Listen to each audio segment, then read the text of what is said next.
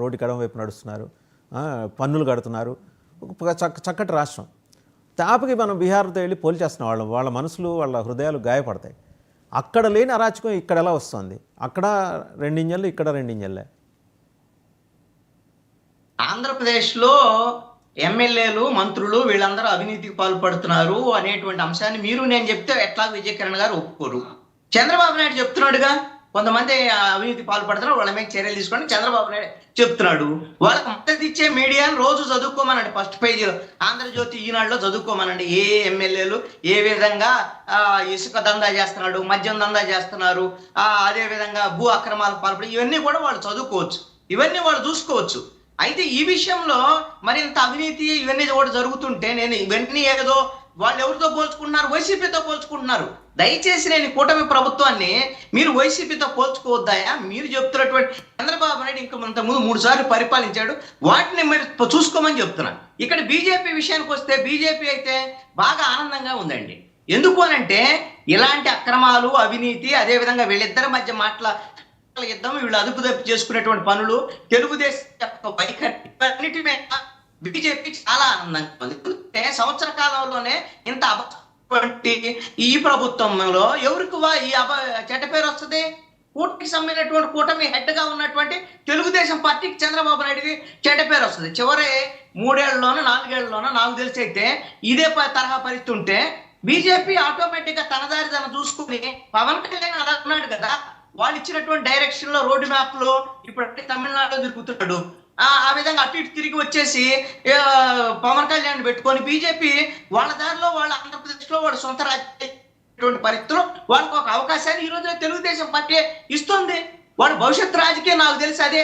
ఇది మీరు నేను చెప్తే కూడా మనం ఒప్పుకోరు. ఎలాగో వాళ్ళ ఆకాంక్ష చెప్పాడు కదా, ఆల్రెడీ బీజేపీ ప్లాన్ అయితే చివరి సంవత్సరంలో వాళ్ళు వచ్చి ఇప్పుడు తెలుగుదేశం పార్టీని దెబ్బకొట్టాలని ప్రయత్నాలు చేస్తున్నారు రాజకీయంగా అని చెప్పారు. వాళ్ళు ఆనందంగా ఉన్నారు. ఇంకా అక్రమాలు చేయాలి, ఇంకా అవినీతి చేయాలి, వీళ్ళు ఆబాస్ పాలు అవ్వాలి, తెలుగుదేశం ఆబాస్ పాలు మేము కాముగా ఉంటాం. పవన్ కళ్యాణ్ కూడా జాగ్రత్త వహిస్తున్నాడండి. పవన్ కళ్యాణ్ కూడా జాగ్రత్త వహిస్తున్నాడు. మొన్న కేబినెట్ సమావేశంలో ఒక ఉదాహరణ, మీకు అమరావతికి సంబంధించిన 44,000 ఎకరాలకు సంబంధించినటువంటి నిర్ణయం జరిగితే పవన్ కళ్యాణ్ ఉట్టిన కేబినెట్ నుంచి బయటకు వెళ్ళిపోయాడు. ఇలాంటి చాలా జరుగుతున్నాయండి. ఆయన నడువు నొప్పి వస్తుంది, లేకపోతే ఏదో సమస్య ఉంటుంది, కేబినెట్ నుంచి బయటకు వెళ్తాడు. ఈ నిర్ణయాలతో మాకు సంబంధం లేదు, వీటి తప్పుడు నిర్ణయాలతో మాకు సంబంధం లేదు అని ఒక ఎలిబిని క్రియేట్ చేసుకుంటున్నాడు పవన్ కళ్యాణ్ కూడా. కాబట్టి తెలుగుదేశం చేసేటువంటి తప్పుల్ని బీజేపీ భరించేటువంటి పరిస్థితుల్లో వాళ్ళు టైం కోసం ఎదురు చూస్తున్నారు. విజయకిరణ్ గారు క్విక్గా కంక్లూడ్ చేయండి. నిజంగా ఆయన నోటీస్లో లేదా అండి 44,000 ఎకరాల నిర్ణయం? ఆయనకు నచ్చలేదా, వెళ్ళిపోయారు, అందుకనే వెళ్ళిపోయారా? సార్, ఇది ఉమ్మడి ప్రభుత్వం, ఉమ్మడి క్యాబినెట్లో పవన్ కళ్యాణ్ గారికి ఏం చెప్పకుండా, పవన్ కళ్యాణ్ గారికి ఇష్టం లేకుండా చేస్తే, పవన్ కళ్యాణ్ గారి మనసత్వం మనకు తెలిసిందే. ఆయన స్వేచ్ఛగా ఉన్నటువంటి విషయాల్ని బహిర్గతంగానే ఖండించేవాళ్ళు. రాష్ట్ర అభివృద్ధి కోసం తీసుకునేటువంటి నిర్ణయంలో అందరూ భాగస్వామిలో, అందరూ కలిసి కట్టుగా ఈ అభివృద్ధిని తీసుకెళ్తా ఉన్నాం. ఇప్పుడు మనకు చేత కాదు అనేటువంటి వాళ్ళ ఎదురు ప్రతిపక్ష పార్టీ ఉంటే, మేము ఏదైనా సరే చేసి రాష్ట్రాన్ని అభివృద్ధి చేయాలనేటువంటి దృఢ సంకల్పంతో ఈ రోజున ఈ ప్రభుత్వం ముందుకెళ్తా ఉంది. ఎక్కడా కూడా రాష్ట్రానికి సంబంధించి, అభివృద్ధికి సంబంధించి, భావితరాల భవిష్యత్తు కోసం మేము చేయాల్సినటువంటి అన్ని కార్యక్రమాలు నిబద్ధతతో పనిచేస్తా ఉన్నాం. పవన్ కళ్యాణ్ గారి సపోర్టు, అదేవిధంగా బీజేపీ సపోర్టు పూర్తిగా ఉంది. దాంట్లో ఎవరికి ఏమీ డౌట్ పడాల్సిన అవసరం లేదు. అటువంటిది ఏదైనా ఉంటే ఖచ్చితంగా ఇప్పుడు పవన్ కళ్యాణ్ గారు ఏమి సమయం కూడా పూర్తిగా వస్తుంది. ఒకసారి క్విక్ గా శేఖర్ రెడ్డి గారు మీరు కంక్లూడ్ చేయండి. కోటమిరెడ్డి శ్రీధర్ రెడ్డి మీకు వార్నింగ్ ఇచ్చాడు. కోటమిరెడ్డి శ్రీధర్ రెడ్డి మీకు వార్నింగ్ ఇచ్చాడు. మీ హెలికాప్టర్ దిగదు రేపు నెల్లూరులో. శేఖర్ రెడ్డి గారు మీది కూడా ఇదే జిల్లా అనుకుంటా. మీరు ఏమన్నా పక్క జిల్లాలో దింపుకొని అక్కడి నుంచి కారులో వస్తారా? నెల్లూరులో దిగనన్నారు.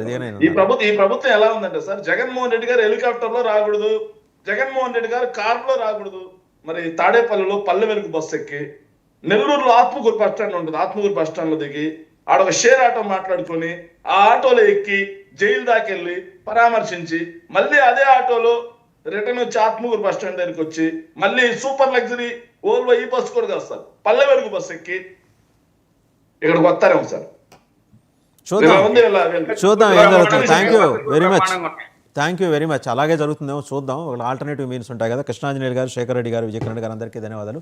సో జగన్మోహన్ రెడ్డి గారు నెల్లూరులో వారి హెలికాప్టర్ని ల్యాండ్ కానివ్వం, తెలుగుదేశం చాలా స్పష్టమైన హెచ్చరిక జారీ చేసింది. మరోపక్క మరి జేసీ ప్రభాకర్ రెడ్డి గారు ఏ రోజు నిర్ణయం తీసుకుంటారో తెలియదు. ఏమో గుర్రం ఎగరవచ్చు అన్నట్టు, ఏమో నేను వైసీపీలో చేరనువచ్చు అన్నట్టు ఆయన ఇండికేషన్స్ ఇస్తున్నారు. ఎవరిని బెదిరించడానికి అంతర్గత ప్రజాస్వామ్యం మరీ ఎక్కువైపోయిందేమో తెలుగుదేశంలో. 95 నాటి తెలుగుదేశం, 95 నాటి ధీటైన నాయకుడు కావాలని తెలుగుదేశం క్యాడర్స్, లీడర్స్ కోరుకుంటున్నారు. అలాగే ఆయన మంచితనాన్ని చేతకానితనంగా చూసే వాళ్ళ మీద ఈసారి అయితే ఆయన ఉపేక్షించలేదు. స్టర్న్ వార్నింగ్ ఇచ్చారు ఆయన. రేపు 2వ తారీఖు నుంచి ఎవరు కనపడలేదో వాళ్ళందరికీ ప్రోగ్రెస్ రిపోర్ట్లు ఇంకో 2 నెలల్లో రెడీ చేయబోతున్నారు. సో ఇది జరుగుతున్న అంశాలు. Thank you very much for watching big debate.